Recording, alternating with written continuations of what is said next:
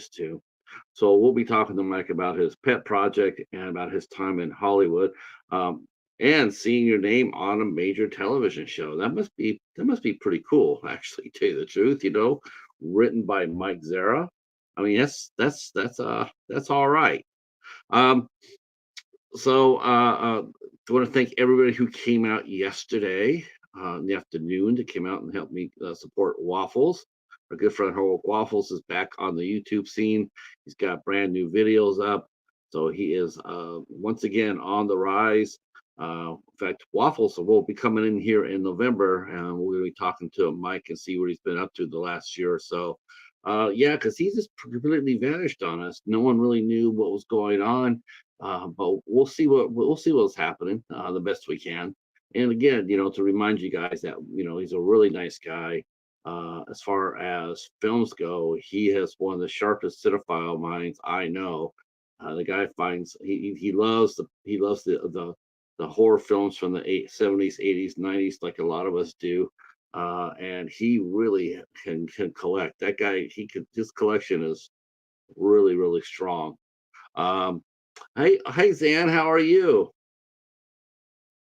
Uh, Hopefully you're doing well. Hopefully you're doing well. I didn't forget you, Zan. But nothing came through. I kept on looking through the mailbox, but I didn't see anything. So I might have given. I want to double check with you on my address. I might have messed up on the address. That's what I'm thinking.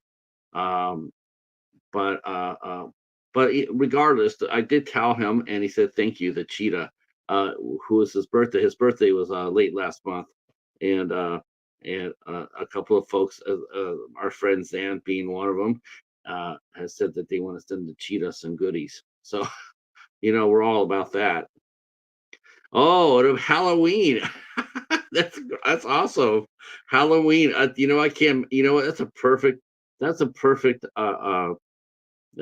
time to get a animal a present. Probably more so than Christmas. Speaking of pets. So a little while ago, we had an artist come on here, an artist and actress, and animal rescuer. Her name was Shadair, and she takes care of huskies. She rehabilitates huskies and helps foster them. And the picture I had was her and one of this really really beautiful husky named Cream Puff. And so we're now we know that Cream Puff got adopted, and but I've been sort of like curious to see how she's doing. So I did ping her today. I pinged Shadai today. Oops, that's not what I wanted. That's not what I want. Hold on one second. Ah,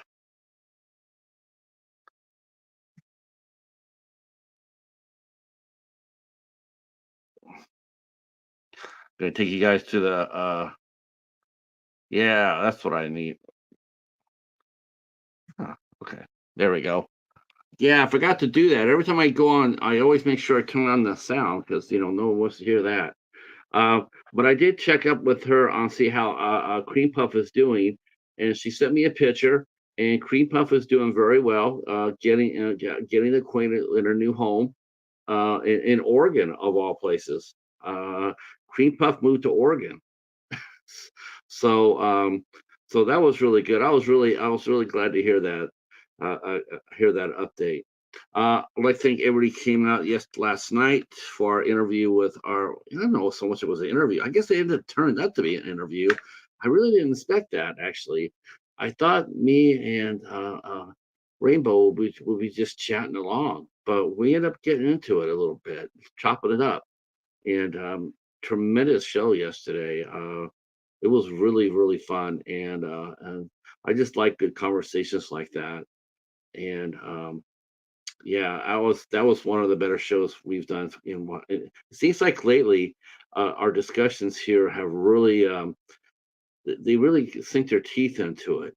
And as far as discussions go, um, the depth of the topics of the conversations, it seems to just go naturally to where it goes.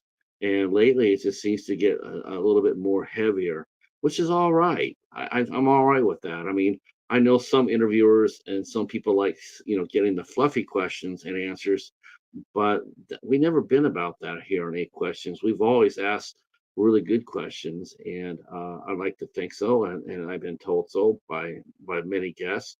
I really enjoy that kind of conversation. Um, Out tonight, I also got a shout out to our good friend JT.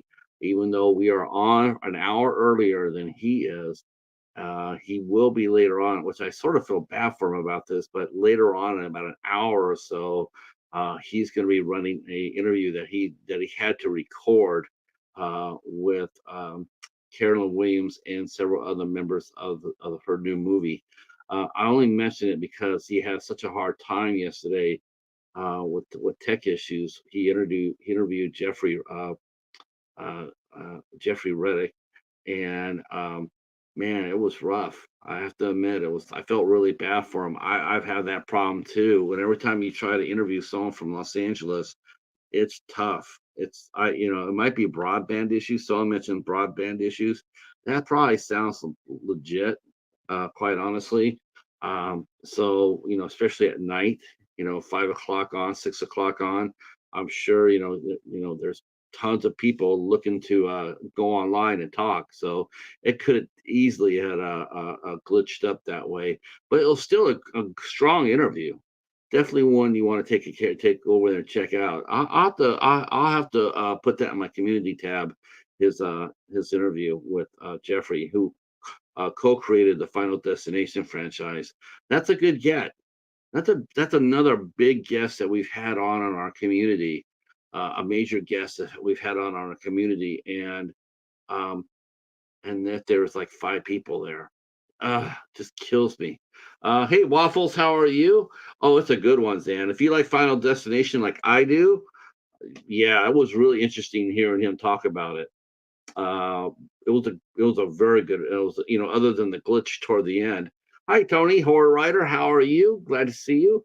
I believe you are new to my channel. And welcome in. Welcome in. Uh, I see my.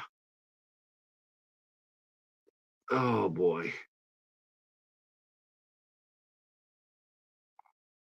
Okay.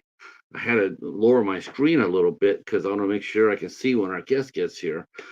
So yeah, he has some technical problems. So he got really nervous. And I was just thinking about this too. I was thinking, man, I would be nervous too. I've had that happen to me. In fact, our 17th show that we did here, we had a guest, and I begged her to do a pre-show with me to make sure the tech would work. Could not get her to do it to save her life, and it just blew up. And I just said, from now on, I'm going to do pre-shows when they're necessary. But luckily for me and all of us, StreamYard has really improved their service since I first started using them. They've really improved their service, but they still have the one big issue with Los Angeles. So, but tonight he's interviewing JT's interviewing Carolyn Williams and the cast of their new movie. I wish I knew the name of it top of my head, but I don't have it. All right, so let me tell you what's coming up on the channel, because we do have November is about ready to start. Tomorrow night we have our last show for Halloween. We have Kayla Morrow will be with us tomorrow night at 8 o'clock. I was really surprised to get anybody for Halloween. I thought for sure people would sit there and say, "Yeah, Halloween's going to be a tough place to have a show." But you know what? Some people might not be passing out candy. I mean, I don't do candy. I don't do Halloween. My porch light is black, um, so because I'm doing the show. But this is what we got coming on tomorrow night with Kayla, and then we'll be back here on the 6th. On the 6th of November, we are not here on November 5th. November 5th is the election, and I am not going against that. Nobody will be online looking to hear people talk.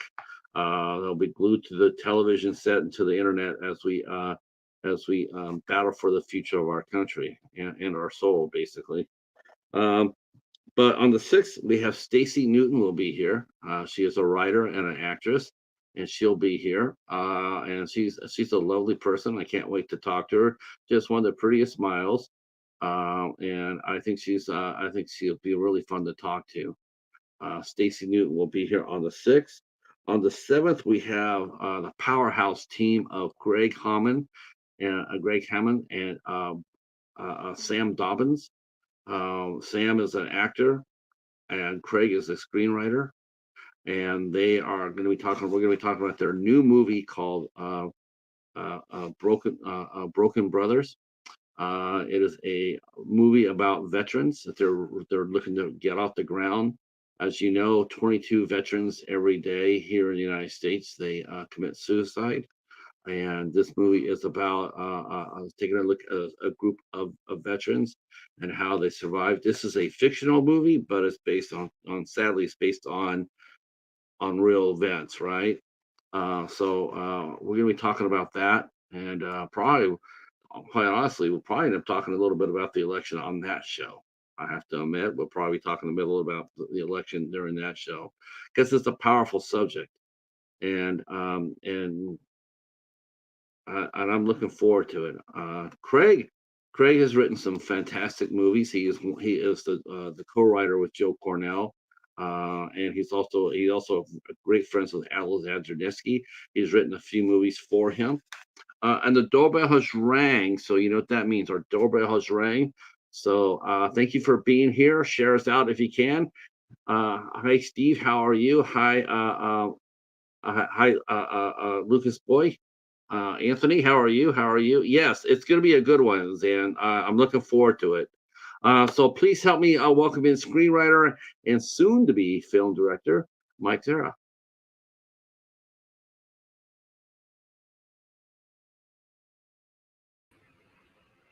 Hey, how are you? Good, good. Boy, it just seems like yesterday I was just talking to you. I know. On this same platform, right? Yes, on the same platform.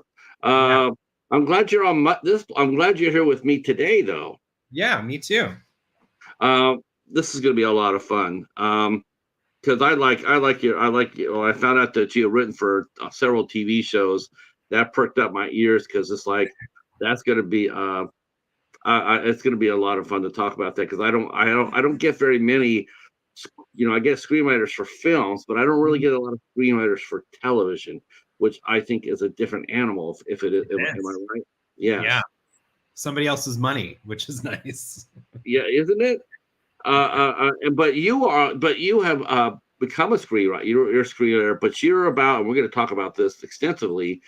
But Yeah. you're about ready to jump off with your first directing. You're going to direct your first movie in Mhm. Horrified. Yep. Pretty exciting times for you. Yeah, I'm very happy. I'm sure, as you know, the industry has just changed so much, especially in the last year with the strikes and everything. So you kind of gotta just make your own stuff. So that's what I'm trying to do. But I'm ready for whatever 8 questions you have for me, and we can talk about the movie whenever. But Well, I totally bobbled on that too. I thought it was Major Cases, but he said it was Major Crime. See, because Major crimes.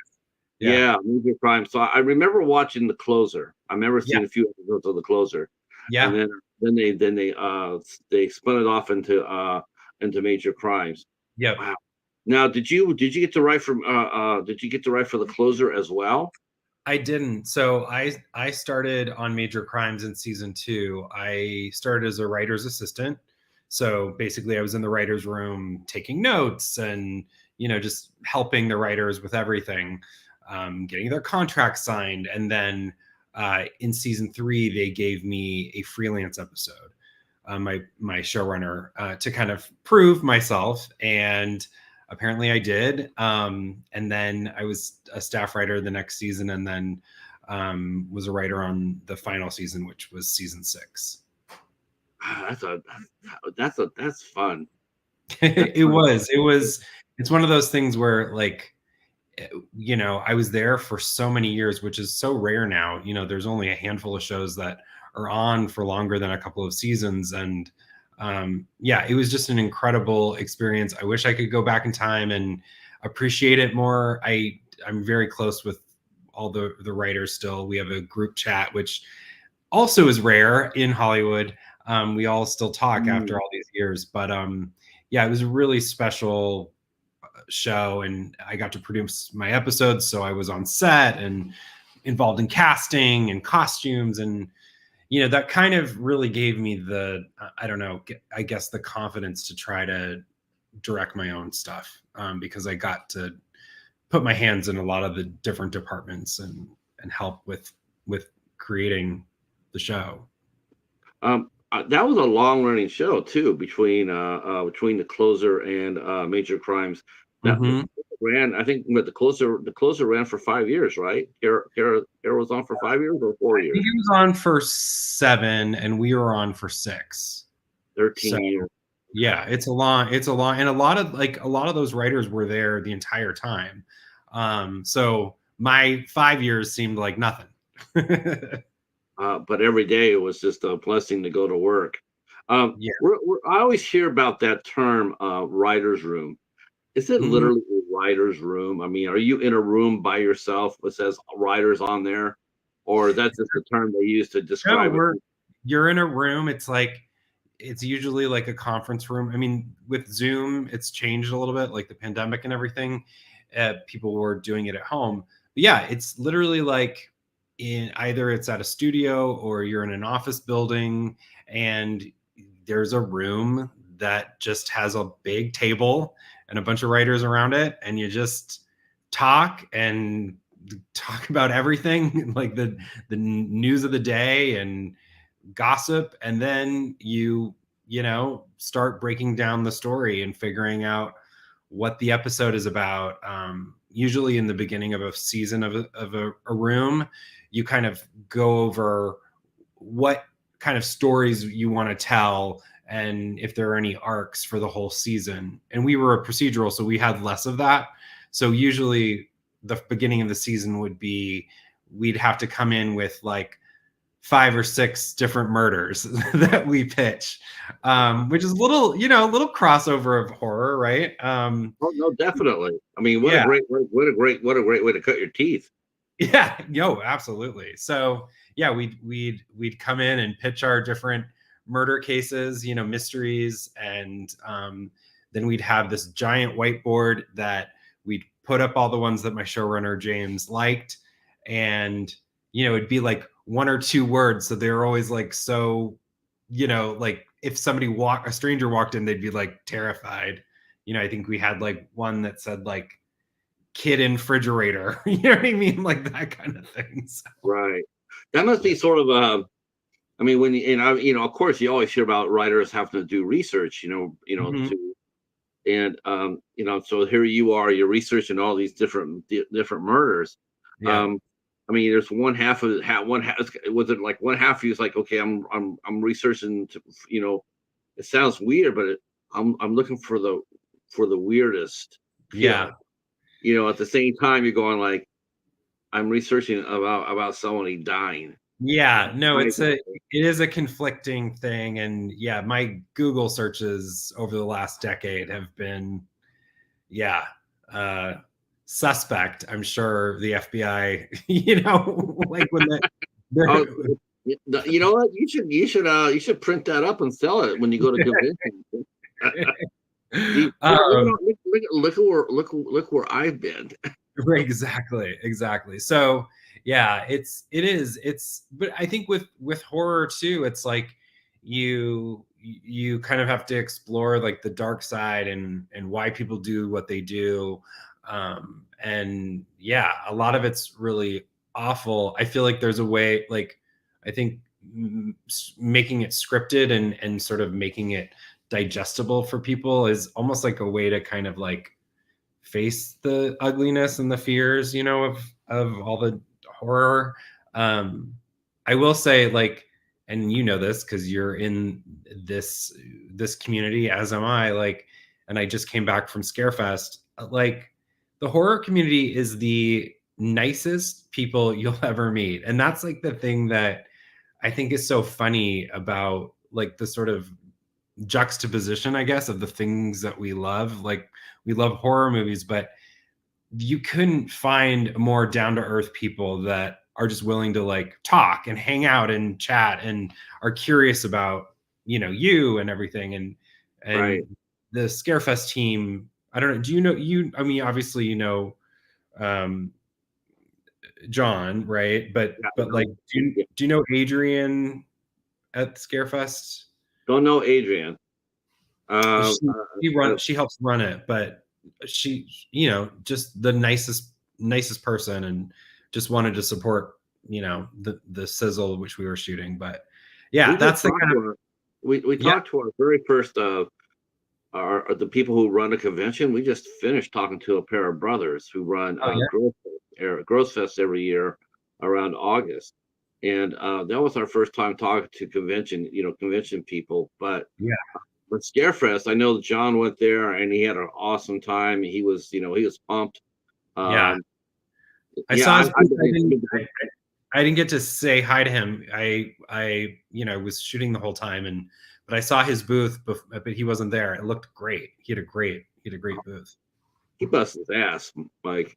He busts his ass ever since he's oh, let me go back real quick to the chat. Yes, I got to get back to the coins. Or be safe, Scorp. And I want to say, everybody, thank you again for coming in for this one. This is Mike Zara. He's a screenwriter, and also we're going to be talking about Horrified here. But now you said you were shooting, so I take it you were shooting Horrified or during We Scarefest. were shooting. So just for everybody that's watching and typing, so I have this movie I'm trying to get made called Horrified, and it's basically about a former scream queen who goes to a horror convention where somebody dressed up like the killer from her movie starts killing celebrities at the convention. So she kind of has to become a final girl in real life. And Amy Teagarden from Friday Night Lights, and zillion Hallmark movies, and Scream 4. She's our lead. And we have a bunch of other great people like Jim Rash from Community. Oh, Yeah, but so I teamed up with Scarefest, which is in Lexington, Kentucky, to get B-roll and footage for our sizzle reel to drum up excitement from potential investors. We're half funded right now, so we're trying to find the other half. And my idea was, let's try to shoot something so people can really get a sense of what it is. So we had an actor friend of mine who dressed up like our killer, and Amy couldn't fly out, so we had a local actress kind of play her part, and then one of my other actresses who played like a Scarefest employee, kind of like a gothic kind of employee. She flew out, and yeah, we just filmed. And again, like the horror community, nobody batted an eye. Like they were just like, nobody said, what are you doing? You can't shoot here, you can't film. Like everybody was just game, and like it was really cool.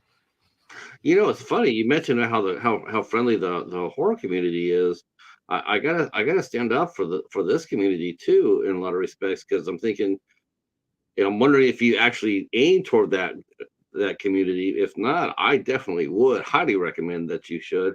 Um, it's the Hallmark community itself. They're Hallmark fans are like country music fans. Yeah. They will come high and low to come watch you. And Amy Teagarden, you're right, she has a fine record, and she's done a lot of Hallmark movies. Yeah. Have you done any, and people get shocked because I love Hallmark movies. Do you? Yeah. I do. I will, yeah.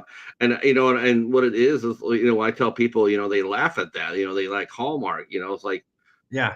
I think their minds would be blown if you told them like how many actors that you see in Hallmark movies have done horror. They're up to their elbows in blood when it comes down to No, doing it's film. true. And I don't know if you know this, but I wrote a sci-fi horror comedy a couple years ago that was a spoof of all the Christmas Hallmark movies, and it was called Letters to Satan Claus.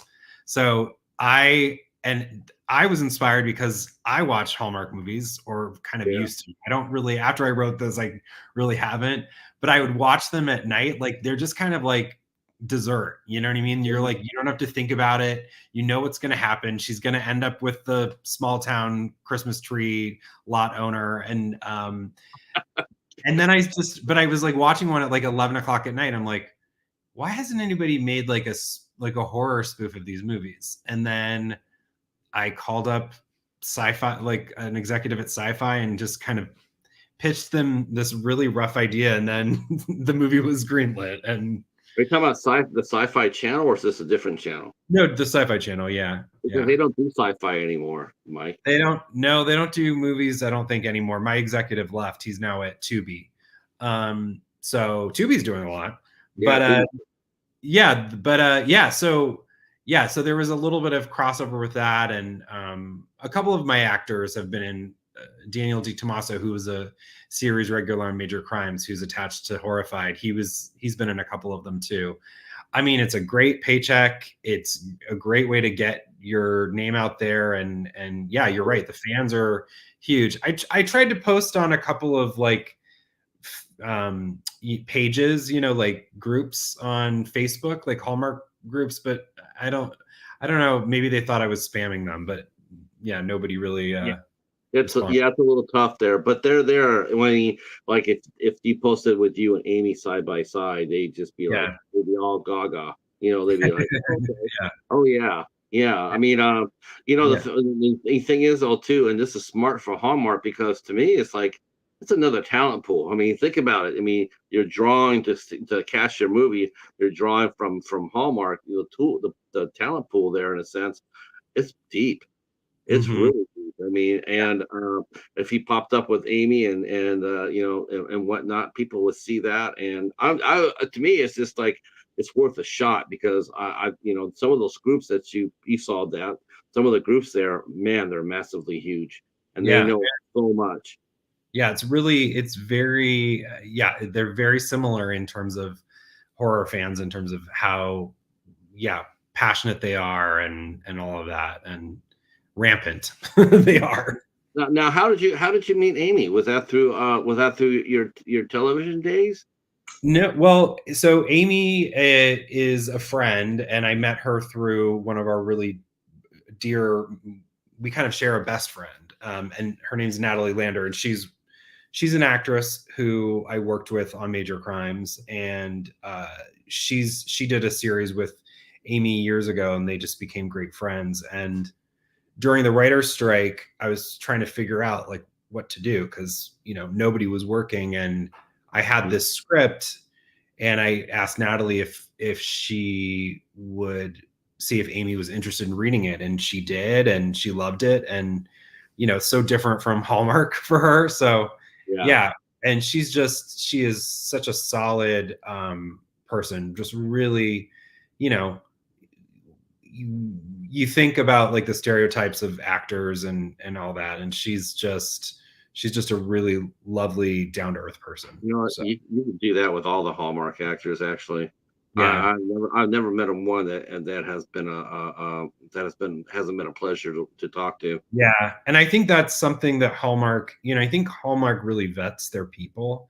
I think because it's an extension of their brand, you know what I mean, which is sort of this like feel good place. So yeah, I haven't met a Hallmark asshole yet. No.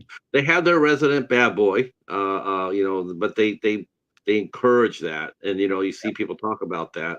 But let's go back before that.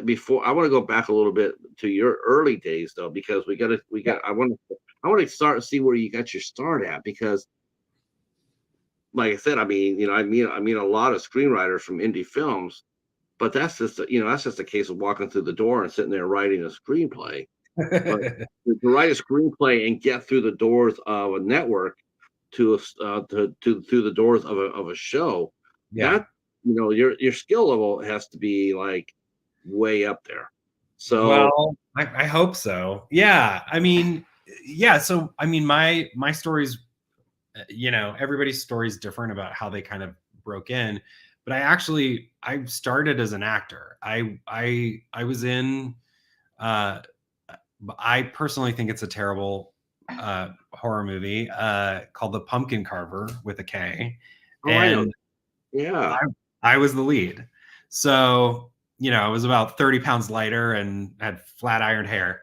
But that was with Minka Kelly right before Friday Night Lights. And Before Hallmark. yeah, and yep, Mhm. before Hallmark. And yeah, uh, I I loved the filmmaking process, but I just didn't feel comfortable being in front of the camera. And I just started writing short films. And I had so many talented friends that were actors or comedy people. I have a lot of friends at the Groundlings Theater in LA, which, where a lot of the SNL people come from. And so I Sure. just started making short films. And my first short was a horror comedy called Secretary's Day. It was a spoof of all the like holiday horror films, which is a Sure. theme, I guess, with me. And That's all right. We need more of those. yeah, yeah. Well, you can't. There's not very many like Thanksgiving horror comedies out there. There's Yeah, not very many horror movies around Thanksgiving or really even Christmas. I yeah. mean, No, I'd like more. Halloween, Yeah, Halloween has too many. Thanksgiving and Christmas don't have enough. yeah. We need it. We need. I guess we've got Leprechaun, but we need more St. Patrick's Day and Easter. But yeah. So after that, I kind of bopped around doing executive stuff, working at Fox and in casting. I worked on the show Bones in casting, and Really? What yeah, you casting? Were you casting the guest stars? yeah. So I was like an assistant. So yeah, but we would cast the guest stars, and that was like at the height of its success. So it was a cool time to be there. And uh, what's so funny is I don't want to get his name wrong. Anders Holm, I think it's Anders Holm. He created Workaholics. I don't know if you know that show, I've heard of it. uh, Yeah. but he was like the writer's assistant on that show. So like a couple years later, I turn on Comedy Central and he's got his own show. It was like one of those crazy things. And Hobbs Horror just said, "You love the pumpkin carver." That's hilarious. Well, thanks for liking it, Hobbs. Yeah, Uh, no, the pumpkin carver people talk about that once in a while, and I see that. I saw. I think I saw it over at Tubi. it's It on seems- Tubi, and it was non-union, so I did not make any money off that thing. I wish it were union because I would be seeing a lot of residuals, but yeah, unfortunately. yeah. That sort of suck, doesn't it? Yeah, that is, the beauty of non-union. And I'm sure you've met filmmakers that do it. Like you you don't have to deal with the unions and all that, but at the same time it's hard, because you're not, as an actor, you're not making much, and a writer too. But So um what? I'm just curious, Mike. What was your issue, your personal issue with being a filmmaker? Because you trained as an actor, you wanted to become an actor, and then you're in front of the camera. What was there that caused you to, was it like a panic attack? I've never heard an actor say they suddenly got, the well heat from it. Well, what I say is that, at least back then, this is 20 years ago, um, I always say that acting is sort of like the gateway drug into Hollywood.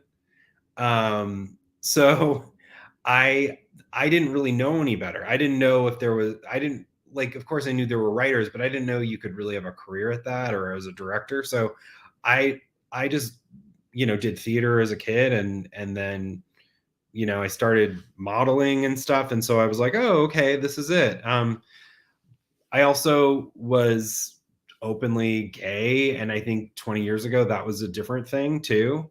I just didn't feel like there were a lot of roles. And so, yeah. You It must have been, was it uncomfortable for you to play a straight man, knowing that? Yeah. Well, I don't know if I did a very good job, but, yeah, I kissed Minka. My first on-screen kiss was with Minka.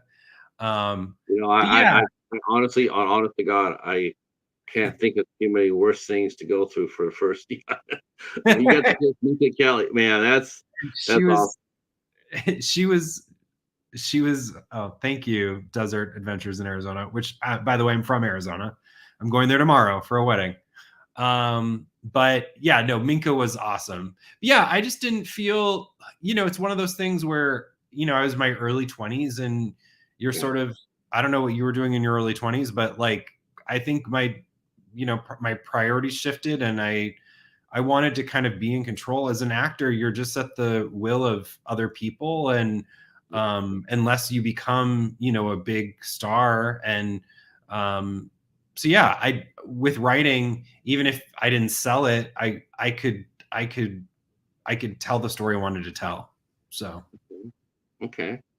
yeah. Uh, so so uh, so you decided to move behind the camera, and Yeah. was your first choice to be a screenwriter, or did you already start feeling the pull to direct already? Well, Uh, I was doing both. So with the short films, I wrote them and then I direct them because I didn't have anybody else to direct them. So for me, I love writing. Like it is my love language. It's literally the only thing I really feel like I know what I'm doing. But with writing, you're creating this world. And so when I write, I'm envisioning it how it's shot like a movie, right? So for me, I don't know about me directing somebody else's stuff, but when it's something that I've written that I feel like I have a grasp of what the story is and how it should be shot and how it should, the tone and everything, like I I like to sort of tackle that. Um so because I've had other people on TV direct my stuff that I've written. My horror movie for sci-fi was directed by somebody else, and so you know, I started out directing my shorts, so I'm like, okay, let's try to expand this into a did you two.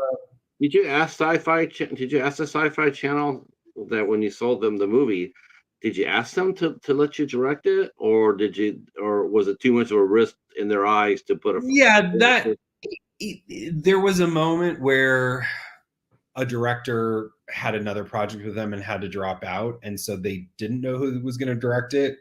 But I knew it was a long shot. Like, you know what I mean? They needed somebody that had directed him. You know what I mean? They in TV, it's very rare that they take a chance on a director that hasn't proven themselves. I know you've got to get your first job at some point, Yeah. but yeah, no, I definitely was telling my manager and agent like, hey, I'd really love to throw my hat in the ring, but I don't think I was ready. That was about 5 years ago. I think it's a different story now. I Which think I have okay.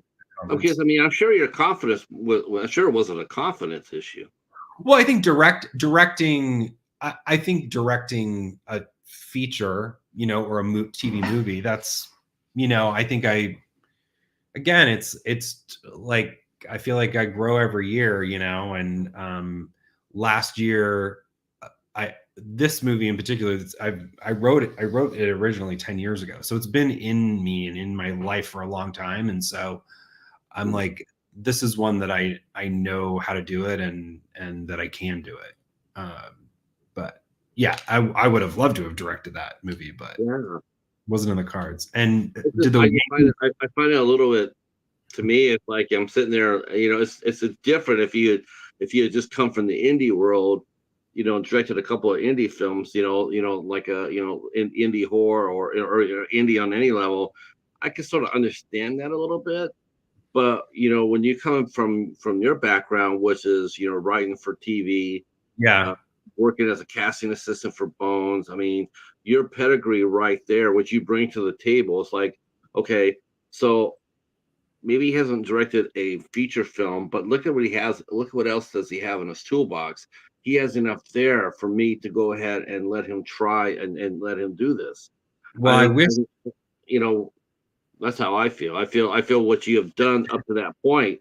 should have earned you the right to at least have a Well, shot. I wish Patrick, you were the executive at Sci-Fi then, but unfortunately, yeah, no, it's a very, it's a hard thing. It can be political. Hobbs said, "What about a sequel to the Pumpkin Carver?" That's hilarious. Yeah, I don't want to be in it, but I think I think I think there's some really cool stuff about the Pumpkin Carver. I used to bitch about it all the time because I thought it didn't make sense. And I would ask the director questions and I didn't really get the answers I was looking for when I was trying to play that character.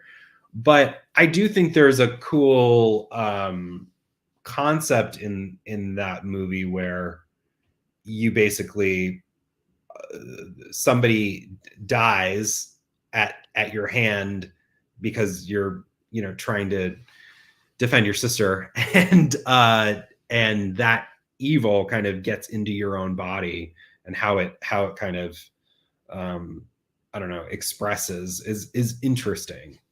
Yeah, yeah, But that was a hard, that just for Hobbs, it was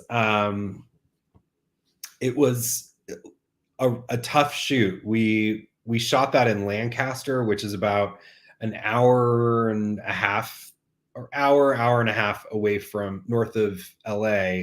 yeah. And they ran out of money the first time. So Ooh. we had to come back like a year later. And Uh, Minka had started working a lot. Like yeah. she started like getting guest stars and stuff. And so her hair had grown like 6 inches, and so she wouldn't cut it. So if you watch the movie, her hair's like here and then like really, really down like her back. It's kind of Oh, hilarious. But they didn't have, like, the first time we were shooting, they didn't have enough money to like put us up like in a motel. So we would shoot all night and then drive home, after at like oh, 4 or 5 in the morning. It was brutal. It was really brutal. But I was young and yeah. stupid. So No, not stupid, just full of energy, full of yeah, I had a lot of full of energy. potential. The world's your oyster. What could what you're doing there? I'm sure at the moment you're Yeah, thinking, hey, if this works out, maybe there will be a second one. Maybe there will be a franchise. yeah, Maybe I'll be the face of it. I mean, all those yeah, things go through your head. right. But so now, did you do anything else after the Pumpkin Carver, or did you once you wrap that, did you sit there and say, Acting, yeah, that was it. that was A it? couple commercial things, but nothing of note. The Pumpkin Carver was like my one and done. But Right. Hobbs is saying it was their top 15. Hobbs, I want to know what is it about that movie that you like? Like I'm really curious. What like Just say what I'm gonna say. Just say Meek and Kelly. Lincoln Kelly, right. Yeah. uh, Lincoln Kelly in a beret with her hair, going 6 inches each way. wow, Uh, that's so yeah, that's honest to God, I had heard about the Pumpkin Carver. I knew it was on Tubi, but I didn't realize that Mika had or you were both in it. well, And you can so, watch. but like I said, how many Hallmark stars have cut Right, their teeth in horror films? So right. many people would be. I mean, the fans would actually be. I mean, they may know a lot of the Hallmark movies, Yeah, but they don't know a lot about what they've done outside of Hallmark. And I yeah, think a lot of them will be totally blown away if they knew some of the movies they've done. They'd be sitting there going like, I just think of some of the stars that I hear them talk about. They talk about certain actors and all that, and they're like, "Oh, they're so good. They have such chemistry." What boy, if you saw them in Wrong Turn 2, you'd be singing a different tune. right. Yeah. Uh, Okay, so you did that. You said that's it. Now, did you do any plays still? Were you more comfortable? Were you more comfortable in front of a live audience than in a? no, I, it's just so funny. It's like I really kind of just at that point was like, I want to be just a creator. I don't want to do anything really in front of the camera or in front of a stage. I did this is sort of crossover, but one of my favorite like 80s B movies is Teen Witch. I don't know if you know Teen Witch. It's ridiculous. And like I said, I have a lot of friends at the Groundlings. So one of my dear friends who's an improviser and she's actually now a puppeteer with the Jim Henson Company. We for basically like 15 years, we put up a parody musical of Teen Witch at the Groundlings. And so she forced me to be in that because I knew the dancing and stuff, but that's it in terms of stage stuff.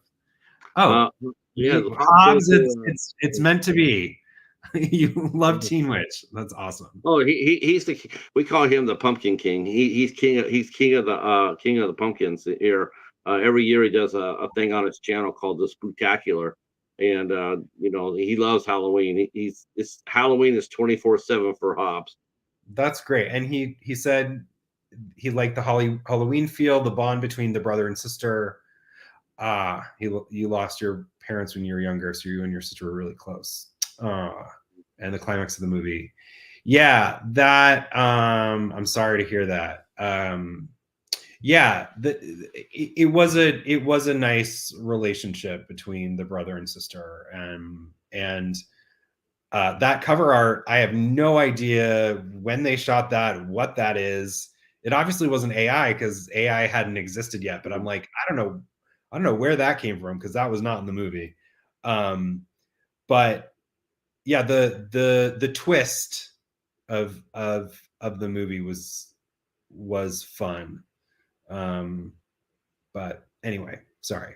So you basically retired as an actor. So then you moved on behind the camera. So what was your first non-acting job? What did you do?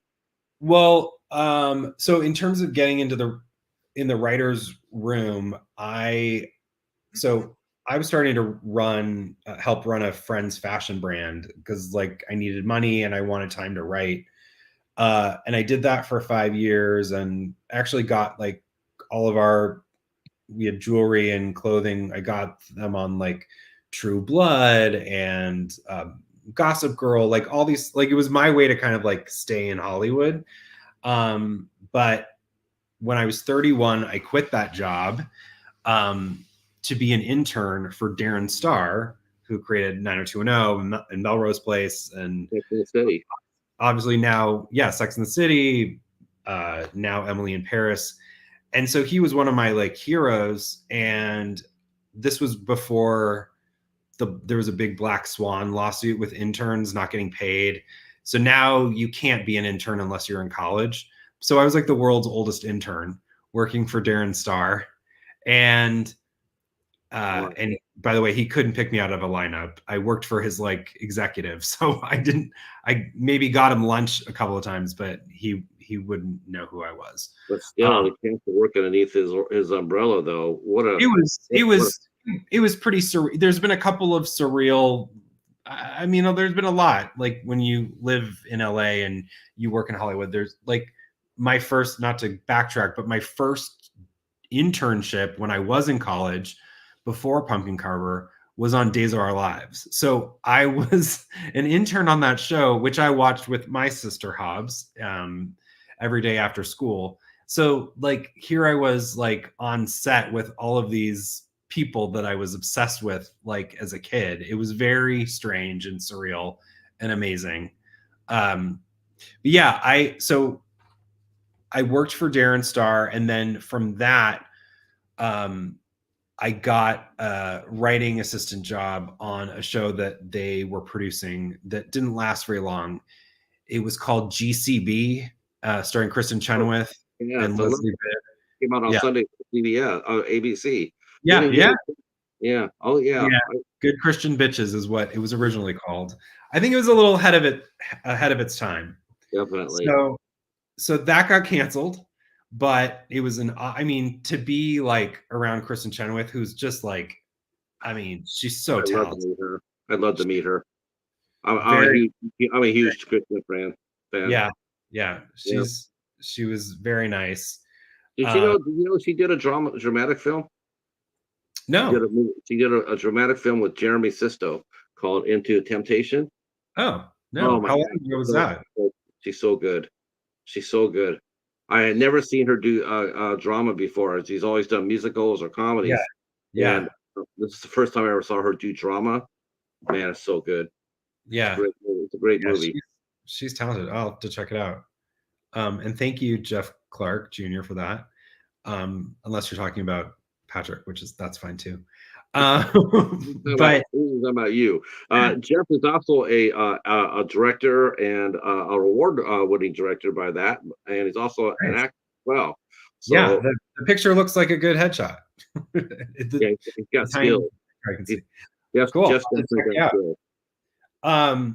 So after that show got canceled, um, I ended up on another show called The Client List with Jennifer Love Hewitt, Yeah, know that which one. I call the hand job show, because sorry, hopefully there's no children on this chat, but yeah, it was a based on a Lifetime movie that she did where she was basically a masseuse that gave happy endings so she Right. could pay her rent. Um, and that was a wild job, a very emotional writer's room. It was just a very political place. Like, you would think a show that's so light and fluffy and literally about a woman giving hand jobs would not be dramatic, but it was. So What was it? Wasn't it based in the South though? If I'm not mistaken, she lived in it the was, South. yeah. So Yeah, it was Texas. Yeah, yeah, so we turned our Van Nuys stages, which, by the way, 90210 originally shot there. So that was, like, for me, amazing to be on these stages where 90210 was. But, like, it's basically like a warehouse. You would never know, like, movie stars or actors were shooting a TV show in it. It's so funny. But yeah, that show ended, and then I got on to Major Crimes. So yeah, that's sort of my trajectory. And and as you did some great shows. yeah, I've been really lucky. The last couple of years have been rough, just because there's way less production and stuff. So that's why I am You know, trying to make. another actor commented about this. He was really frustrated. Hey, Stephen, how are you? Glad you're here. Glad you're here. I had a friend of the show who's been on a couple of times, and we talked to Daniel Hill. Great actor, fantastic Mhm. actor. And he was when he came over to talk to us about the pandemic. He says that the one thing, the most damaging thing that the pandemic did was it stopped momentum for him. In his case, it said it stopped twice. There's the momentum stopped twice for him. And as a either as a writer or actor or even a studio head, department head or whatnot, is a momentum killer when he grounds out to a halt. Is that the hardest thing to overcome, where things are really seem to be going well and then it hits the brick wall? Is that the hardest thing, or do you feel like the show ends and then it's going to end, it's going to get canceled, you're still, because you don't go home the next day, you still got to run the string out, and it. um Yeah, so, no, you sort of got time to prepare for that. yeah, no, that's a great question. I mean, for me, yeah, I was riding real high 2019, even up until, like, February 2020. I was on a show, unfortunately, that never got made, but I was a writer on this new Nicole Kidman show for HBO Max at the time. We did 10 episodes. We wrote all of them, and basically, and my movie got greenlit for sci-fi, and then the pandemic hit, and the show dissolved, the show for HBO Max. And then I left the show a couple days before we were wrapping the room so I could go to Canada to see my movie getting shot. And then I got to Canada and they shut down production because of COVID. So we fortunately came back. We started shooting the rest of it in July, but obviously I couldn't go because the borders were closed. But that's like the long way to say, basically since 2020, it's just, for a lot of my friends, some of my friends have been lucky and had success, but a lot of people, it's just, we haven't been able to get back to that like momentum, to go back to that. Do you think part of it too? To me, I think a big problem, is watching the slow death of linear network TV. It's dying slowly. It's the Yeah. last bastion of regularly, of 22, 24 episode seasons. It's the last of the last. Yeah. Like, Yeah. now streaming services, we're talking about, we talk about 13 years of The Closer and major crimes. But, you're talking like between 10 to 20. I mean, what was that for you guys? You taught 20 episodes per season?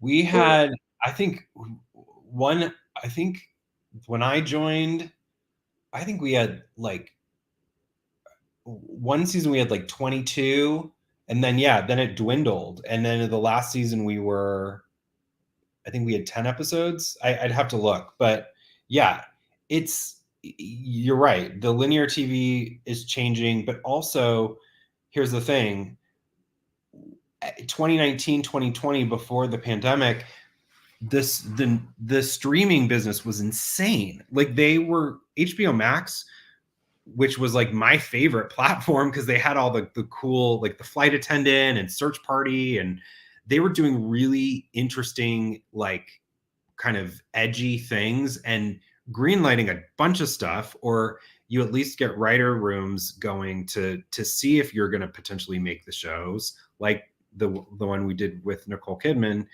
And then because Netflix is, it's like the beast of all streaming platforms, the other streamers just realized they couldn't compete, you know what I mean? And they were losing money. And I think now even Netflix is being careful. Like, they've got, of course, their big shows where they throw, like Wednesday or whatever, they throw millions and hundreds of millions of dollars into them. But it's rough. Oh, Adventures in Arizona, martial art director. Yeah, hasn't been yeah, able to work since the pandemic. I know, I mean, honestly, it has been, I've had to, supplement my income, and it's just, I've heard that Emmy award winning producers and directors, some of them were, people had, were decent names. They're out there, Ubering and doing the food delivery to make ends meet out in LA, because there's just you know, there's just not enough work. I mean, it seems to be getting a little bit busier, but the thing is, I was like, well, getting, relatively busier. What does that mean? To me, it's like, I was getting a little bit busy. Well, how hard is it when, especially now, it seems like you're saying how you start a writer's room for potentially, doing the show. How do we know how these shows even establish a writing room, because they're gone in two seasons. well, They yeah, they they have, I mean, they taken the Fox model and put it on steroids. 10 episodes, it's out. Two episodes, two, 2 seasons, 20 episodes, you're out. It's yeah, like, you can't establish any sort of rhythm. You can't establish any sort of. You can't even get residues, because yeah, they're not going to sell it. They yeah. can't. Yeah, it's broken. It's a broken system, and it's crazy how much the industry, like, we don't have a pilot season anymore. You know No. what I mean? Yeah. No. So Yeah. I was Yeah. asking a question: are you a physical media collector? Um, I'm more of like, if you can see, I don't know if you can see, I have a lot of like toys and that kind of stuff. Like, I like, stuff from the 80s that, like, I grew up, loving. And so not as much like physical media. But yeah, I know, like, I don't even have a DVD player anymore, unfortunately. But yeah, I did used to. I mean, I have a ton of like horror movies still on VHS, like The Stuff, Dolly Dearest. Those are two of my favorite B horror movies. Right.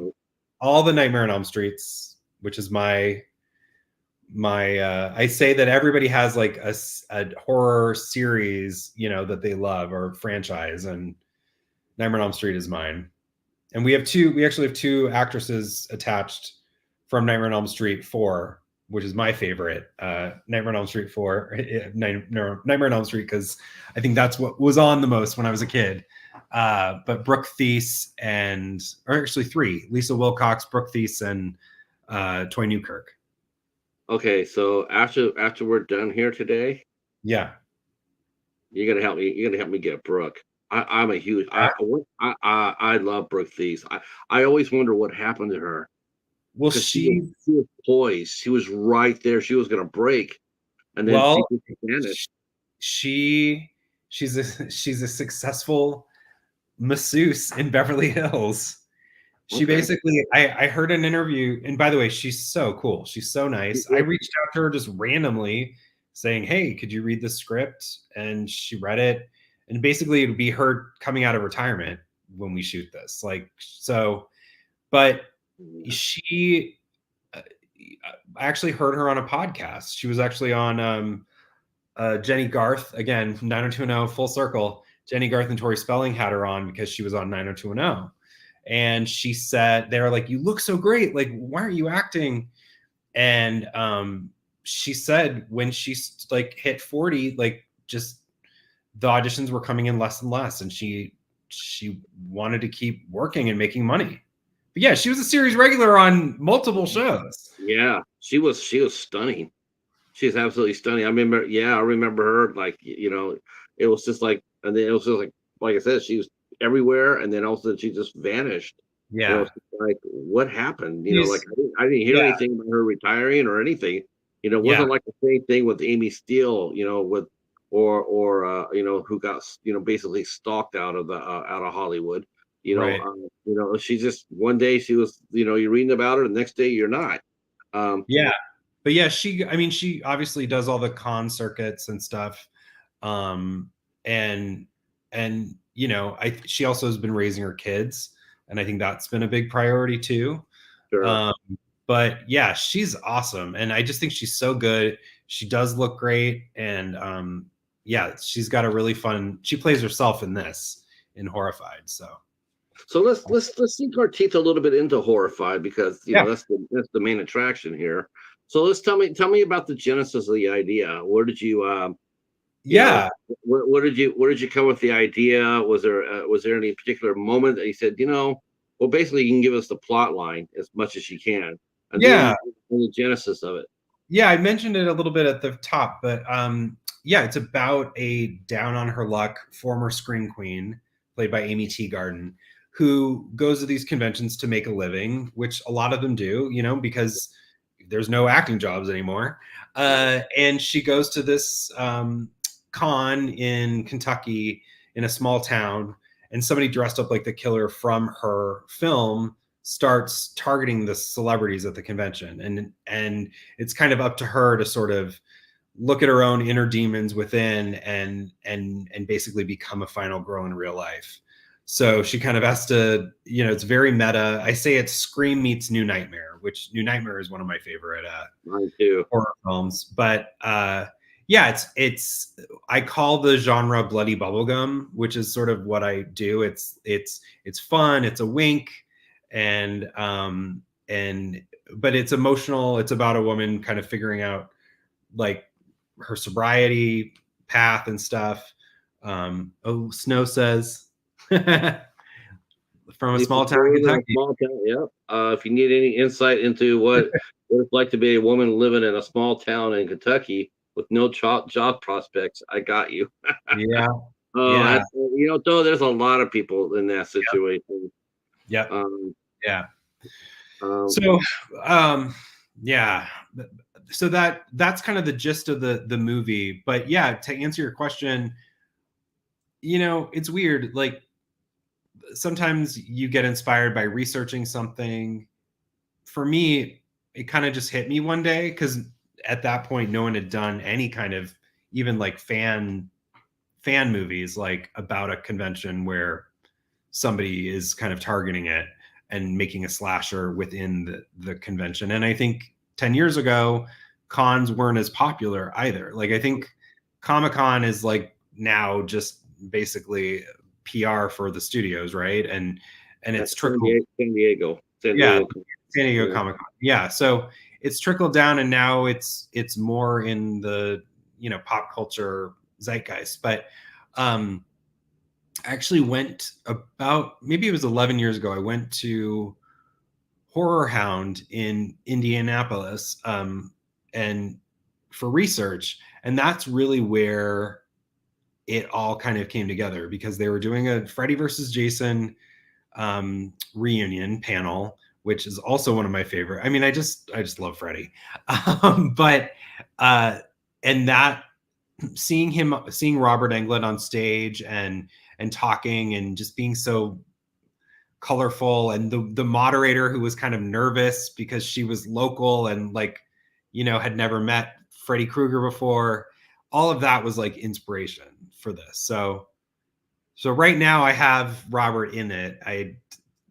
His agent has the script. I don't know what's going to happen, but keep your fingers crossed. Let's see, that's sad. I used to love going to Comic Cons and cosplay and stuff.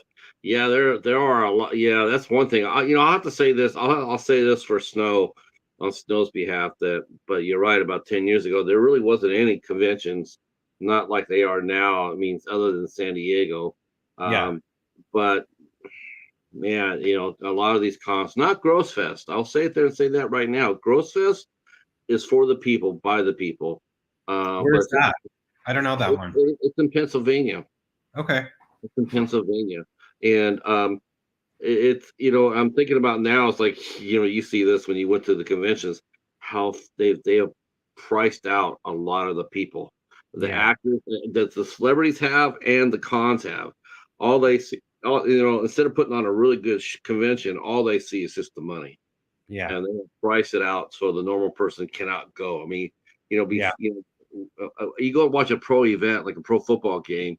I think they did it on our local sports station. It would cost a family of four people, like $600 to go to a football game. Yeah. No, And it's insane. it's starting to get like that. Like it's starting to get like that with conventions.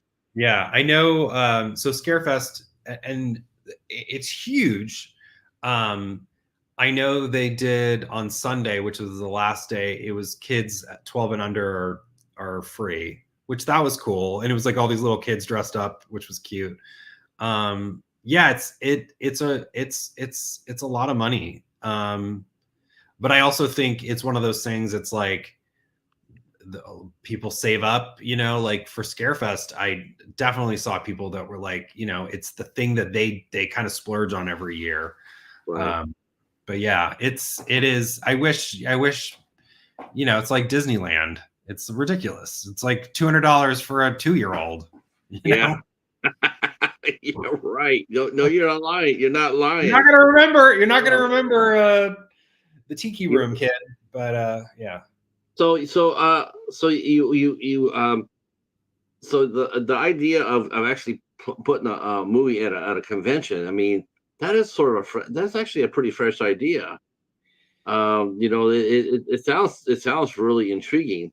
Now, are you going to make this into is this going to be a straight horror, Mike? Because I wasn't sure from last time, but I wasn't sure if you were going to put this as a straight horror film, or are you gonna more pattern it like Scream, where it's horror, but there's gonna be some fun in it as well? Yeah, I mean, everything I write has to have a little humor in it. So yeah, it's in the vein of Scream. It's, again, the kills are like over the top, and you've got these kind of characters that are real characters. Amy's character is she's sort of an anti-hero. She's kind of a hot mess, literally. And so there's sort of a wry, kind of dark sort of like sardonic humor with her. But yeah, there's like the Scarefest employee character. She's sort of comic relief, and this Brooke playing herself is kind of like this sort of jealous of Amy's character. And then there's an actress who plays Amy's character in the reboot. So like you're playing with like ageism and all of that too. Like this 19-year-old who's kind of an idiot, a lovable idiot. But yeah, there's humor in it for sure. For me, I'm not into like the torture porn, or I need levity in my humor. I was gonna say, it's one of the things that we were talking about earlier about, like coming inside in the writer's room and being told to come up with 6 murders and have to go back and read about real murders. I'd be sitting there going, like, man, I don't want to do anything heavy like that. No, I want to have, I don't mind doing a horror comedy because I know it's going to be some fun in it. I don't want it to be, I can see that. I can see that. Was that one of the reasons why you went toward that way, though, to make it more like a Scream movie, more than a traditional horror? Was it because of the past where you've had to? I mean, think about it too. Not only did you write for these shows, but like even Bones, when you're a casting director, I mean, to me, I think it's sort of, if you're sitting there or helping out, but here you are, you're casting people to die. I can understand with going like, I need to get away. I need some fresh air. I need some laughs. I think for me, it's just always been my taste. Like I said, Dolly Dearest and The Stuff are 2 of my favorite horror B movies, and obviously Nightmare on Elm Street, with the exception of one, like they're all pretty funny. You know what I mean? There's dark moments in them, but there's sort of a popcorn wink to them. And I just think that's always been my humor. And I think being somebody who, I'm a pretty sensitive person, and bullied as a kid, like I don't like seeing people really suffer like and I don't like writing it or being in that sort of space. So if there's levity, if there's light at the end of the tunnel, if there's humor behind it, the kills like in Nightmare on Elm Street and the kills in like Final Destination, they're almost like cartoony, and that's, I think, for me. There's a couple of them. There's a couple of them where they're just right out, just brutal. Yeah, which ones? The tanning booth ones. Oh, but I mean, also is kind of amazing. Like the song and the ice. They've got the ices. Yeah, doing roller coaster. I mean, there's a lot of levity in that scene. Yeah. But still, the way they went out though was like, it's hard. It was levity, but all of a sudden the way they went out was sort of like it sucked it out of the room. Yeah. Like, it was humorous a little bit. Like, oh, that's really cute. But then you see them and they're in there and they show them dying like that. You're going like, that's just not, that's disturbing. Yeah, it is. So, or the one, or the, probably the one I could actually sit there and say that I saw that, I have to admit that I did sort of laughed at it because it was just like, it was just so fucked up. And that was the one in the Final Destination 2 was at the end. The guy's over there grilling, he gets blown up and he lands right there to the dinner plate. Oh, no, that was in there. Right. I forgot about that one. I forgot about that. That was funny. Let me ask you real quick this question. Yeah. I mean, we're talking about the fact that you're writing, you had to go there and draw upon these murders and what have you. I think I want to ask you this. Was there a lot of satisfaction in knowing, the first act you're writing, like the same thing with Horrified, you're going to be writing the first and the second act, we're introducing your character, introducing your killer, having him or her wreak havoc on the convention. But is it a relief though, knowing that as you're writing this, you know that someone's getting their ass kicked in the last frame, in the last, last 15 minutes or the last half of the movie. You know that the bad guy or bad girl is going to get their comeuppance. Does it help soften the blow of writing a violent scene? Yeah, that's a really interesting question. That's a good question. I I guess maybe not consciously, but yeah, I mean, look, for me, the horror the horror genre is about the final girl, right? It's about that person who can face the monster and overpower them at the last minute. Um and but at the same time you're kind of rooting for Freddy or Jason to kind of like get the dumb people, like the people that you're just like, but yeah, that I think you want to protect your final girl, and yeah, it's very satisfying. And I don't want to give anything away about Horrified, but it's the killer or killers is a shock, and it's a very satisfying ending. Do But you ever, I that do you ever find yourself yelling out loud as you're completing a scene? Do you ever find yourself going like, "Hell yeah, this is good," because you can't wait to see it on the screen. You got it in your mind, in your mind's eye, but you're right in there, and all of a sudden you're like, "Oh yeah, that'll teach that son of a bitch," and you're writing it. Do you find yourself talking back to what you're writing?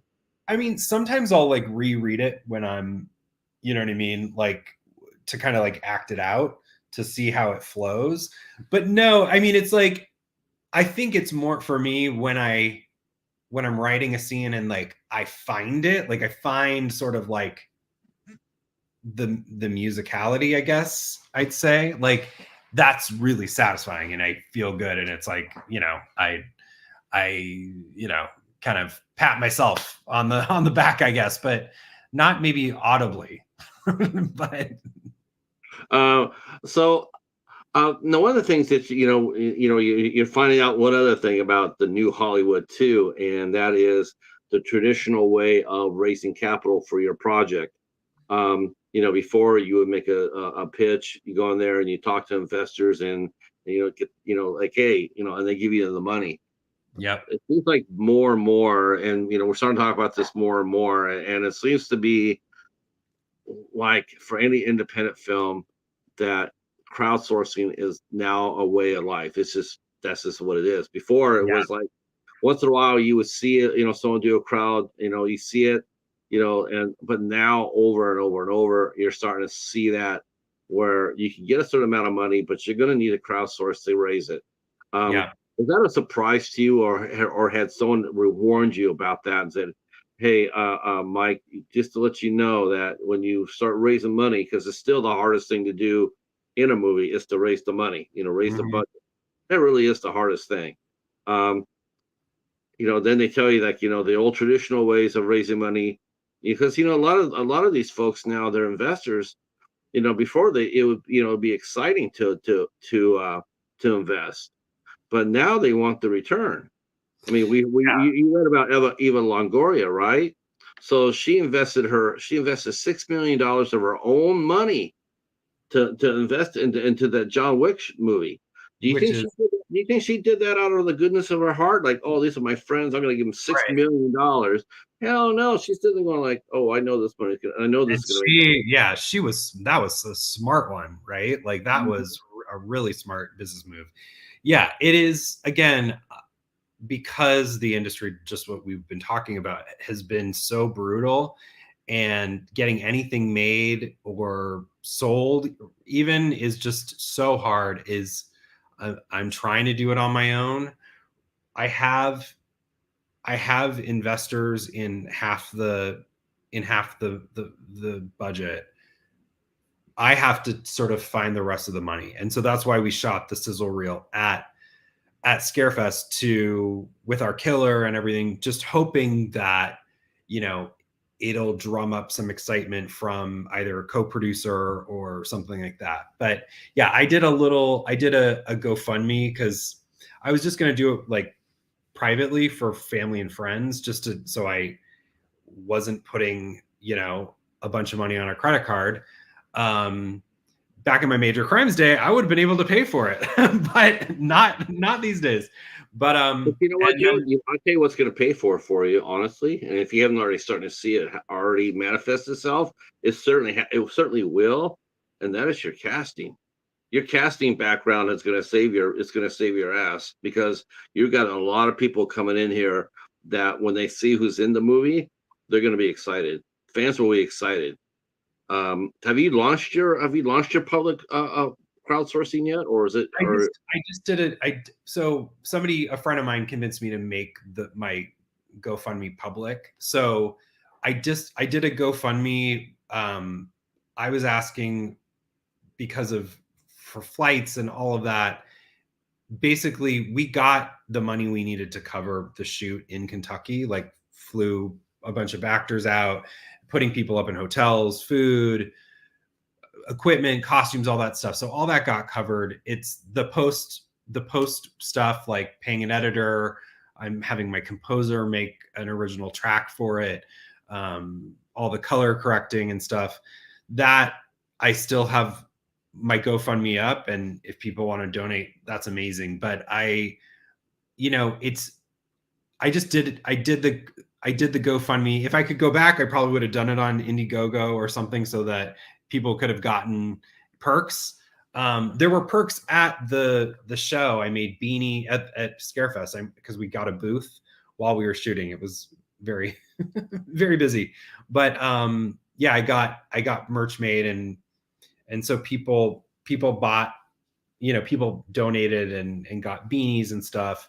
But yeah, I think if we can't find the other half of the money, I will probably do some sort of Kickstarter and get my actors involved. But I'm really hoping the footage that we got, that it'll help us really. I had a conversation with my investors and my manager today about it.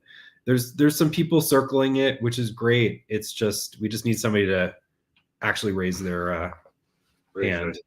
I And think it's almost Stephen, like I will take a free promoter, Stephen. Thank you. it's almost like everybody's sitting in a room looking at everybody else to see who puts their hand up first.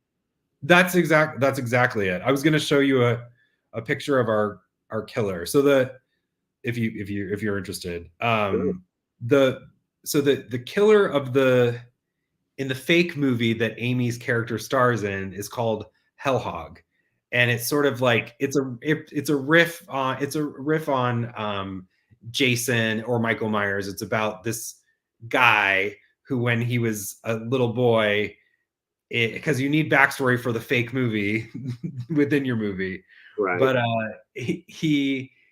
on Halloween night, this boy dressed up in his favorite like cartoon character pig mask, based on like a cartoon he watched in the 80s, which again is fake, that I created.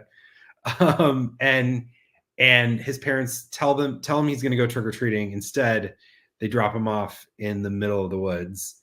And so he basically has to raise himself in this like abandoned like cabin, and he wears his kind of mask for protection. And so the fake movie is that like these teenagers come across it, and then, you know, for like shelter, and then he starts killing them all. But this is was it five teenagers? probably, I don't know that. It's gotta glow, but that's Hellhog. Okay. Oh yeah, okay. Yeah, that's right. You have him on your Instagram page. Yeah, he's on my Instagram. But very nice. At the end of the movie, you can turn them into bratwurst from hell. That's hilarious. And Andre, it's a tough business. I don't know why I picked this business. I should have gone into like, because you're good at it. You're damn good at it. You're damn good at it. I really don't know what else I could do. You don't do what you've done without skills. You just don't. That's not how the business is built. This has been really great for my ego tonight, I gotta say. I needed.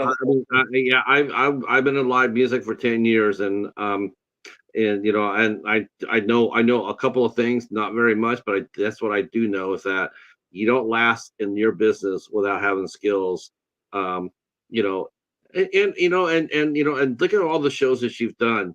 That also tells me a lot about you, who you are as a person, Mm, because Hollywood is, once you get that that L mark for like an asshole, the mhm. scarlet letter, it's really tough to get work. But you've done a lot of stuff. Hell, you got Brooke Thies to come out of retirement. If That nothing was else, pretty cool. if nothing else, we could praise you for that. Thank you. Yeah, no. Yeah, that's very nice. Yeah,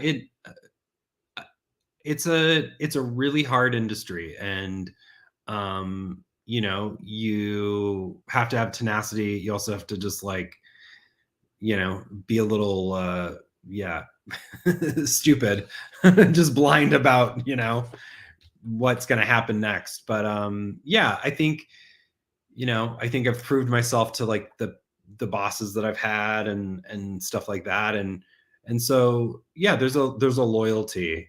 Just everybody's struggling. So that's why I'm out Yeah, here doing my own it's just thing. like, where would you like to see this picked up at? I mean, would you rather? I mean, if a studio came in there and wanted to help you out with this, what studio, if you could accept their help, who would you like to work with? Well, yeah, There's that's a the lot of them thing. out there. I mean, this is the thing. It's a movie for the fans. It is about the horror fandom. So, like, I'd say Blumhouse, but I'm not a huge fan of the Blumhouse movies. I hate to say it, but uh, I liked I liked Megan. I think it could have been funnier, but I just don't think realistically a movie about a horror convention. I don't know. Like, I'd love it to be in theaters. I just don't know if that's realistic. So I think where it could be is like a Shutter or even a Netflix, you know what I mean? But I think it has to be really targeted to the horror fandom, because that is who it's for and who I wrote it for. And you don't have to have gone to a horror convention to enjoy it. Um, but I don't know. I think it is for the community. Um, because they get it and get the whole thing of like these actors going around the country most of the year how they make their money is and meeting their fans, and some of them loving it and feeding off of it, and then some of them you know just doing it kind of begrudgingly. But those ones don't really last, because I think the fans really are, they know. I was actually, somebody posted on the Scarefest fan page, like, why is Matthew Lillard and Skeet Ulrich, why are they so popular? I don't get it. And they're like, well, A, they were amazing in Scream, but B, they're like really good to their fans. Yeah, And they I will are tell really you, so good. Matthew Lillard's line So good. every day and night was out the door. It was crazy. And Yeah. he seemed to love it. Yeah. I mean, I mean, you could definitely tell the body language. If you ever been to a convention, you can tell by body language whether they like to be there or not. It's very obvious. And Brooke, I know And Brooke Thies loves it. I know she loves it. And Toy Newkirk too. Like, they love it because you have these people that are celebrating you 40 years later for something that you did. You know what I mean? That it's pretty incredible, you know? let me ask you this, because I had this last year, and it was my first experience, but I'm going to ask you a couple of questions about it too. Sure. So, like last year, I got my first gay horror film to review. Okay. Um, I'm not sure the term for it. I called it queercore because I didn't know what else to call it, because I didn't, it was my first one. I've never seen one before. It was excellent. What was I it? gotta tell you, I'll tell you, it's right here. Because I'm like, do I know it? You probably do. Have you ever heard of xenophobia? I haven't. Uh,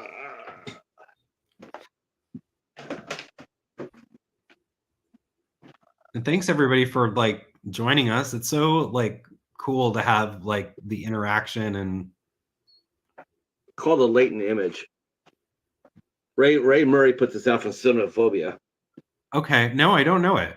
Yeah, this is Is it excellent. good? This is the first time that I ever got a gay horror movie. So so I was like really intrigued by it, and watched it. I watched it and I reviewed it. Um, would that be something? Would that be something down the line? I mean, what do you think about the idea of? Because I never heard, like I said, I never heard of it. Um, what do you think about that? Do you think that's a viable market, Mike? I think it's hard.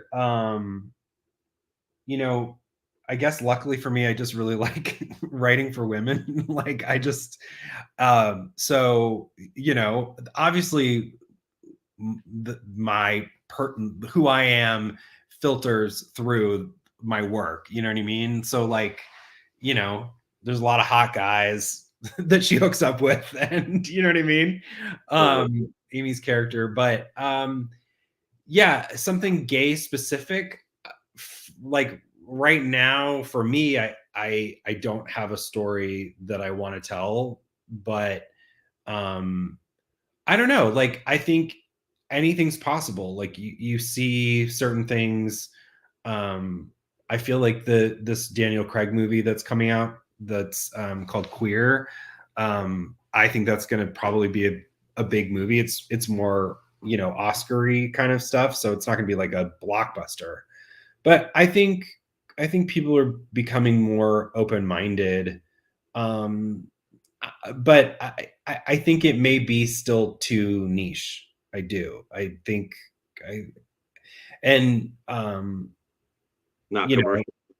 yeah, but I mean, the TV, the pilots that I write and try to sell, and the ones that I have sold, I always have like an LGBTQ character because I think it's incredibly important to have that representation. And I don't want to, no offense, I don't want to see just a bunch of straight people, and I don't want to just see a bunch of white people either. Like I want to see the world that I live in, which is not Right. just one thing, you know. And it's also not just like West Hollywood. So Right. Right. Where do you see Hollywood going in the next 3 or 4 years? I mean, will we see? I mean, will we actually? Will we? Do you think that there'll be any changes other than? I'm just waiting for the first time where they shut down a network. Network. One of the studios is going to sit there and say, they're already talking about cutting the hours per night. They were talking about doing, it's like 8 to 11, yeah, and many stations are sitting there going like, well, we rather have it from 8 to 10, so we could run something else, so we could actually make some money. And to me, it's like, man, if the first, I think NBC was really close to doing that. yeah, Like Friday and Saturdays are just it's a ghost town. It really yeah, is. There's nothing there. I mean, it used to be you could just dump stuff there, people catch up on it. But the older audience that you would hope that would come in there and watch Friday and Saturday, they're no longer doing that. They're yeah. doing I don't so. know about. I mean, and just yeah, I don't want to ignore snow. Yeah, it's interesting. Yeah, you're right. There are a lot of people. Like if I say, "Oh, I'm a queer filmmaker, a queer screenwriter," they're like, "Oh, I didn't know you could say that." And yeah, I think LGBTQ people have kind of taken it back. Anyway, I wanted to answer or just Sure, respond to sure. snow, but I don't know. Every time we think like the network TV is gonna be dead, something happens like Matlock. Like who knew that? Like it's doing really, really well. Yeah. So I think I think it's obviously not what it was 10 years ago, 20 years ago. Um I personally think it's more the cable. I mean, look at TNT. We like we were on TNT. I don't think they have anything scripted now. I think They're it's bringing just it back.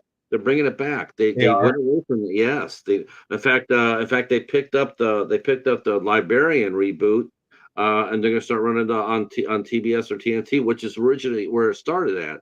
right. The CW had it, but then they didn't want it, and so they Yeah. kicked it over to, I was sitting there going like that, and they said that because they actually made an announcement a couple of years ago saying they were getting out of the script driven Yeah, I program. thought so too. Yeah. And then they turn around, and I think what they did, I think they turned around and saw the streaming services just crushing it with series after series after series, and Yeah. here they are doing Love Island and getting their nets crushed. No Right. one's watching that. Right. So they went back to it, and I think I keep hoping myself like, okay, well, if TBS and TNT are coming back, crossing my fingers that maybe like sci-fi will come back. Maybe they'll come back with some original movies and series again. Come back and try to take it. Yeah. The people out there that want to see this stuff are out there, Well, but yeah. you Just gotta give it to they just canceled Chucky, which like that was like their last thing they had, you know? them. Um, I think it's all being consolidated, you know? So, yeah, it, I don't think the network TV world is going to be gone, but yeah, like you said, like look at the CW. Even 5 years ago, I did a pilot for the C. I sold a pilot to the CW about 5 years ago, a little bit, maybe 6 years ago. And at that point, they bought that year, I think they bought 40 scripts, and then they made like 12 pilots and then picked up like 9. Um, and mine obviously didn't get picked up, but now there's nothing. CW is mostly sports, and they have a lot of like co-productions with like France and Canada, and they're just like replaying Canadian shows. And no Uh, one's watching it. and it was like it was. I mean, I watched the hell out of the CW. I watched the hell out of the WB and stuff, and yeah, it's all changed. So I don't think the network TV is going to be gone. I think it's just going to be smaller, and you'll have your hits. I mean, it's the way to watch live TV, and the Olympics obviously did really really well. Right, right, Uh, right. Yeah, yeah. Are you gonna try? Are you just gonna slip into being a full-time director, or will you still try to get inside different various writing rooms as well? I don't know. If anybody wants to hire me as a writer, I am there. This is sort of I want to do this because I it's in my like heart to make this movie. But at the end of the day, I'm a writer who directs. That's kind of what I would say. I'm not a director who writes. I'm a writer first and foremost, and that's what I love to do. And I love writing for other people. Like I I loved writing on Major Crimes and the Nicole Kidman show. They weren't my shows. They were my showrunners, but I'm terrible at math. The one math that I'm good at is story math and coming up with solutions to like when you hit a roadblock in a story and like, well, how do we solve this thing? Like that's what I excel at and what I love. Um, and Yeah, and that's a good writing skill to have too. Because we were just talking about that the other day. We're talking about how a lot of a lot of franchises or a lot of series, they write themselves into a corner. They're starting looking for anything and anything to write about, and next thing you know, they write themselves in the corner and they can't get out of it. It's like, what can we do to make it fresh? It's tough. yeah, It's a tough thing, and it's like some just can't, some can't do it, some just don't have the skill set to get out of it. And that's sometimes that's where they find themselves being replaced because they've written themselves in there going like, I don't know how to get our characters out of where they're at. yeah, you know yep, can't write my way out of this, I need help. yep. um, but you know what? Oh, I just noticed that we have gone slightly past our bell, so I Okay. definitely don't want to. We'll be talking again soon. I guarantee you that. Yeah. Oh no, you're not going to do that. You're not escaping that. We're all hyped up for Horrified. That's for sure. Okay. Um, Good. What do you are so you're post production right now, right? Or will you be in post once you get the extra financing? No, we're in post right now. I'm just putting it on the credit card. So Good. we're putting the sizzle together, and then, like I said, once that's done, we'll give it to like the kind of investors that are circling it, or our current investors sharing it with other folks. So fingers crossed. I want to make this early next year in Kentucky. The people of Kentucky have been incredible, and the film bureau, like the film fund people have been incredible. So and they Fantastic. just people the Kentucky loves horror, and it's Yeah, it it's just does. nice to be wanted, as opposed to LA where they're like, yeah, good luck. We don't Yeah. give out. Isn't it something? They'll license you to death, but Kentucky is yeah, they do love horror. They do, and they love independent movies as well. Mhm. Oh, definitely. All right, boys and girls. I want to thank our guest Mike Zara for coming out and hanging out with us today. It's been awesome. So much, so happy that that we connected and you're able to do this with us tonight. Yeah. Thank you guys. Can I just put in my, like, if you guys want to chat on social media and stuff, like, so you Sure. can. We put your Instagram up Oh, on the great. top. Oh, We well, put your then Instagram that's and that's all I need. Yeah. Just yeah, but say hi, and I'll follow you back. And yeah, it's just really so cool that you do this, Patrick, and you've just got such a nice community. So thank you thank you guys. very much. I appreciate them so much. I love being part of this community. They're great. They're good. They're great people to talk to and to communicate with, and we all love a good horror. All love a good horror movie. Uh, that's right. Horrified, a new indie comedy, a new horror comedy. That's right. Type that in. Oh, you also have a YouTube channel, so we'll go ahead and put that down in there as well. I thought I did that. Let me Yeah, see but if yeah, you guys can, Steven, you can just find me on Facebook. I'm private, but yeah, I'll add you. You'll see me with my hell hog. I've got me with the killer and the mask, so I think you'll know it's me. Yeah, I'm gonna have to get your. I'm gonna have to get that horrified YouTube channel, and I'll put that in the description box down Oh, below cool. as well, so Awesome. people can sub to you as well, and I'll hype it up. Hype it up as Yeah. I go along. All And right. thank you for the smart, really, really smart, interesting questions. It was really a really like fascinating conversation. So I appreciate that. Thank you so much. I'm flattered. And we try to come up with some fresh questions, some stuff that you haven't been asked before 30,000 times, and and thank you You for did it. being. I think you have a great skill set. I can't wait to see what you come up with. It's going to be a Oh, lot of fun. thank And you. Thank I you want so to thank much. All I right. want You to guys all have a good night. Okay. have a great night, Mike, and we will talk soon. All right. See you online. Okay. Bye, guys. All right, boys and girls, thanks so much for coming out to the chat. You guys have been rocking it. Yeah, what a great guy.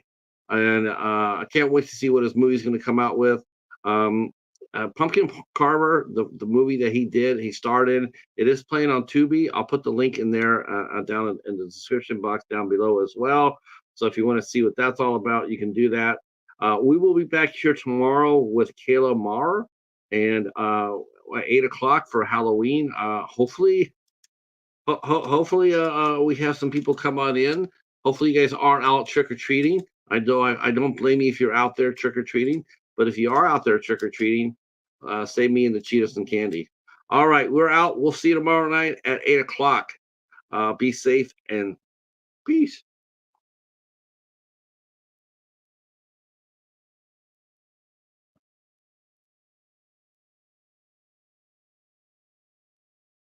Uh, oh, I love this so much.